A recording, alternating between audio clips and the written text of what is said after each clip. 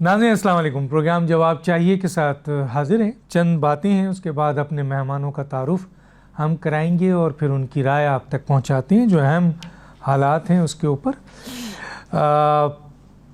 سب سے پہلے تو یہ ہے کہ اس وقت جو حالات ہیں پوری دنیا، یعنی پوری دنیا کی نظر، چاہے وہ حکومتی کیوں نہ ہو اور آپ کے میڈیا کیوں نہ ہو، اس کی نظر اسلام آباد پہ نظر لگی ہوئی ہے، کیونکہ اس وقت ایک اہم یہاں پر مذاکرات جو شروع ہونے والے ہیں، اور ظاہر ہے اس مذاکرات کا اثر پوری دنیا کے اوپر ہے، اس کے امن پہ بھی اور اس کے جنگ کے بھی۔ کیا دنیا تیسری عالمی جنگ سے کسی حد تک محفوظ ہو گئی؟ جو موجودہ حالات ہیں، عارضی جنگ بندی سے مستقل جنگ بندی کی طرف کیسے بڑھا جا سکتا ہے؟ موجودہ جنگ کو روکنے اور مذاکرات کی میز پہ لانے میں پاکستان کا کتنا اہم کردار رہا؟ پاکستان کس حد تک ثالث کا کردار ادا کر سکتا ہے؟ کیا ان مذاکرات میں کوئی فوری بریک تھرو نظر آتا ہے؟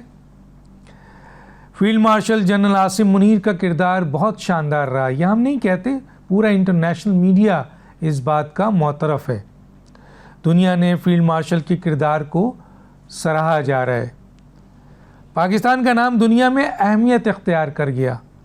امریکہ اور اسرائیل پر کس حد تک بھروسہ کیا جا سکتا ہے؟ ایران دنیا کی ایک اہم طاقت بن چکا ہے، کیا واقعی یہ بات صحیح ہے؟ ان ایشوز پہ بات کریں گے، اور ظاہر ہے جو اس وقت جنگ تھا، عالمی جنگ تھی، جو خطرناک جنگ تھی، اس کے آپ کے حکمت عملی، کس کی اسٹریٹجی صحیح تھی، کیا اس کا آپ کا لیسن ملا اس سے، اور پاکستان کا ظاہر ہے اس میں کتنا اہم کردار ہے، ان ایشوز کو بھی شامل کریں گے۔ میرے ساتھ جو گیسٹ ہیں آئیے ان کا تعارف کراتے ہیں۔ میرے ساتھ ہیں جناب جوہر سلیم صاحب، سابق سفارتکار، سابق سیکرٹری خارجہ، صدر انسٹیٹیوٹ آف ریجنل اسٹڈیز۔ آپ کا بہت شکریہ سر، آپ نے ہمیں جوائن کیا۔ میرے ساتھ ہیں جناب سینیٹر جنرل ریٹائر عبدالقیوم، دفاعی تجزیہ کار ہیں۔ آپ کو بہت شکریہ سر، آپ نے ہمیں جوائن کیا۔ میرے ساتھ ہیں نذیر حسین صاحب، سابق ایڈیشنل سیکرٹری خارجہ، آپ کا یہ بہت شکریہ، آپ نے ہمیں جوائن کیا۔ جوہر سلیم صاحب آپ کی طرف آتا ہوں، کیسے دیکھتے ہیں سر یہ جو اس وقت جنگ تھی، جو صورتحال آپ کے سامنے تھی، اس کے بعد اب جو اسلام آباد میں کارروائی ہو رہی ہے، جو مذاکرات ہو رہے ہیں، آپ اس جنگ کو اور ان مذاکرات کو اور پاکستان کی جو اس وقت کاوش ہے اور یہ جو فریقین ہیں، اور کس حد تک یہ جنگ ہمیں عالمی جو جنگ کی طرف لے جا رہی تھی، خطرہ تھی، اس سے رک گیا ہے، اور کیا یہ جو عارضی آپ کے جو جنگ رکی ہے، اس مذاکرات میں کیا ہم مستقل جنگ بندی کی طرف جا سکتے ہیں، اور کتنی جلدی اس میں بریک تھرو کی امید ہے؟ جی سر، کیسے کہتے ہیں؟ بالکل جی، دیکھیں جی، ایک تو یہ ہسٹورک اوکیجن ہے، ایک تاریخی موقع ہے۔ یہ جو مذاکرات اس وقت ہونے کو جا رہے ہیں، پوری دنیا کی نظریں اس وقت مرکوز ہیں اسلام آباد میں۔ پاکستان نے جو رول پلے کیا ہے اس مذاکرات کے میز پہ انصاروں کو لانے کے لیے، وہ اس کے لیے ستائش پوری دنیا سے آ رہی ہے۔ اور وہ کیوں ہے؟ کیونکہ ہمیں پتہ ہے کہ 1-2 دن پہلے تک صورتحال کیا تھی۔ دنیا ایک پریسپس کے ورج پہ تھی، یا ایک کیٹاسٹروفی کے ورج پہ تھی، آپ سمجھ لیں، اور جو اکنامک اس کے امپیکٹ ہے وہ بھی سب کے سامنے تھا۔ اور صرف یہ ایک انرجی کرائسس کی طرف دنیا نہیں جا رہی تھی، ایک امن و سلامتی کو صرف خطرہ نہیں تھا، بلکہ ایک فوڈ کرائسس کی طرف بھی چلے جانا تھا، بیکاز 34% آف فرٹیلائزرز دنیا کی وہ بھی ادھر سے ہی آتی ہیں۔ اب ہم آ جاتے ہیں مذاکرات کی طرف۔ اب دیکھیں، اب ایک تو اس میں اچھی چیز یہ ہے کہ ایک جو ہے نا فریم آف ریفرنس، اس کو آپ کہہ لیں۔ جان صاحب یہ بتائیے، جو یہ جنگ ہے بڑی خطرناک، کیونکہ آپ ملٹری مین بھی رہے ہیں، ظاہر ہے بہت ہی اہم پوزیشن پہ رہے ہیں، جنرل تک آپ گئے ہیں، تو آپ ان چیزوں کو زیادہ بہتر سمجھتے ہیں۔ یہ بتائیے سر کہ یہ جو جنگ ایک خطرناک صورتحال اختیار کر چکی تھی، اس میں جنگی حکمت عملی کس کی کامیاب آپ کو نظر آئی، کس کی بہتر نظر آئی؟ ایک اور دوسرا یہ بتائیے کہ اس جنگ میں جو خطرناک صورتحال اختیار کر گئی تھی، اور ایسا لگ رہا تھا کہ اب عالمی تیسری جنگ کی طرف بڑھ چکی ہے، اس میں جو پاکستان کا جو کردار ہے، یہ ثالث کا، یہ آپ کیسے اس کو مینیج کیا، کس طرح آپ اس کو کیسے دیکھتے ہیں؟ اور تیسرا یہ بتائیے سر کہ اس جنگ سے جو صورتحال سامنے آئی تھی، اس سے دنیا نے کیا لیسن لیا سر، کیا کہیں گے؟ اوکے ڈاکٹر صاحب، تھینک یو ویری مچ. آپ نے شروع میں بھی بڑے اچھے کوشچنز ریز کیے ہیں. دیکھیں، یہاں سمجھنے والی بات یہ ہے کہ جب بین الاقوامی لا یا قانون یا پیس کیپنگ کا ارینجمنٹ وہ فریکچر ہو جاتا ہے تو پھر جنگ عظیم کے خطرات بڑھ جاتے ہیں. آپ دیکھیں کہ جب فرسٹ ورلڈ وار کے بعد لیگ آف نیشن بنائی گئی اور لیگ آف نیشن کو ماننے سے سب انکاری ہو گئے کیونکہ چائنا ممبر نہیں تھا، سوویت یونین نکل گیا، تو دوسری جنگ عظیم ہو گئی. اس کے بعد پھر یونائٹڈ نیشن وجود میں آئی کہ جی انٹرنیشنل پیس کے لیے. اب آپ کو پتہ ہے کہ نہ نتن یاہو مان رہا تھا نہ ٹرمپ مان رہے تھے اس کو، یو این او کے لا کو بھی یا چارٹر کو بھی، اور وہ کہتے تھے ہم ہی لا ہیں جو کچھ بھی ہے.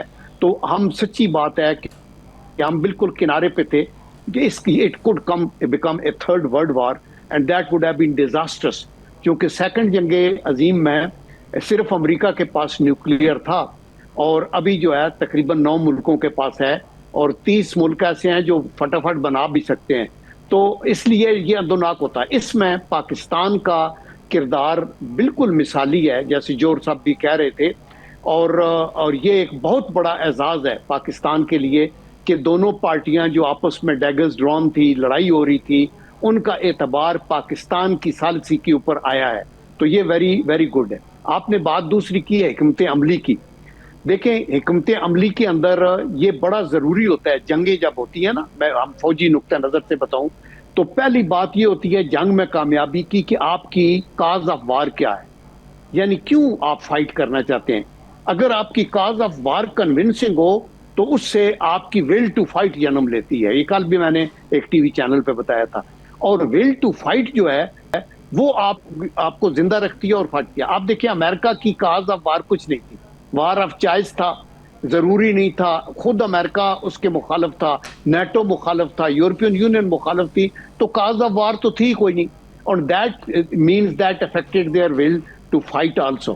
ادھر جو ایران کا ہے، ان کی کاز آف وار تھی ان کا اپنا سروائیول، ان کی اپنی جو بالکل یعنی ان کی جان پہ بنی ہوئی تھی، اور ان کی جو ہے آئیڈیالوجیکل بیلیفز اور ان کا تقوی اور ان کی جو نیشنل انٹیگریشن ہے وہ تھی، اور دیٹ از وائی وہ لڑتے رہے. لیکن غلطی امریکہ نے یہ کی کہ پہلے تو انٹیلیجنس فیلئر ہے کہ انہوں نے یہ سمجھا کہ جب ہم ایک ملٹری ڈاکٹرین ہوتی ہے شاک اینڈ آ، جس کا مطلب ہوتا ہے بینگ کے ساتھ جائیں گے اور ایسا دھڑلہ کریں گے کہ ان کی ول ٹو فائٹ ہم توڑ دیں گے اگر ہے بھی، تو اس کے بعد وہ بیٹھ جائیں گے اور لیڈر کو ختم کریں گے تو حکومت ایسے جیسے پھل پکا ہوتا ہے ایسے گرے گی ہماری گود کے اندر. یہ ایک مس کیلکولیشن تھی، اور یہ سمجھا کہ سینٹر آف گریوٹی ایران کی پرسنالٹی میں whereas it was in their ideology, تو وہ غلطی ہوئی. تیسرا پھر یہ ہوا کہ انہوں نے وار آف اٹریشن شروع کی کہ اگر یہ شاک اینڈ آ والی ڈاکٹرین نہیں ہوئی تو وار آف اٹریشن پہ توڑو موڑو. آپ یہاں ڈاکٹر صاحب یہ اندازہ کریں کہ پہلے امریکہ کیا کہہ رہا تھا، they were trying to win over ایرانی پبلک، اور کہہ رہے تھے ان پہ ظلم مت کرو، یہ جو ملاز ہیں انہوں نے 32,000 بندے مار دیے ہیں، یہ کیا وہ کیا. اور پھر جب وہ بات بنی نہیں تو فوراً ان کے اوپر بمباری سویلین پہ کرنی شروع کر دی. بچوں کو مارا، اسکول کے اندر 170 گرلز بیچاری شہید ہو گئی، آپ کی 30 یونیورسٹیوں کے اوپر گولے گرائے، پاپولیشن کے اوپر سب کچھ ہوا. تو یہ کیا اسٹریٹجی ہے کہ ایک وقت آپ یہ کہہ رہے تھے کہ وہ لوگ حکومت کے خلاف ہمارے ساتھ ہیں، پھر آپ کا ایکشن ایسا ہے جو اس نے لوگوں کو جوڑ دیا ہے. جو حکومت کے مخالف بھی تھے وہ بھی اکٹھے ہو گئے، بلکہ ملک کے اندر نہیں، بین الاقوامی سطح پہ کوئی اگر فرقہ واریت کی کہیں ایک فالٹ لائن تھی تو وہ بھی جڑ گئی اور سارے مسلمان جو ہیں وہ اکٹھے ہو گئے. جی تو اس لیے ابھی لاسٹ جو صرف لیسن کی آپ بات کرتے ہیں تو وہ نیکسٹ کوشچن میں کر لیں گے، اگر جوہر صاحب آگے تو ان سے بات کر لیں. ٹھیک ہے، میں لیسن کی بات آپ سے اور ایک دو اہم ایشوز آپ سے کر لیتا ہوں. جوہر سلیم صاحب، آپ سے سوال تو میں نے کر دیا تھا، آپ کی بات رہ گئی تھی، ذرا اس کو کنٹینیو کریں گے سر آپ؟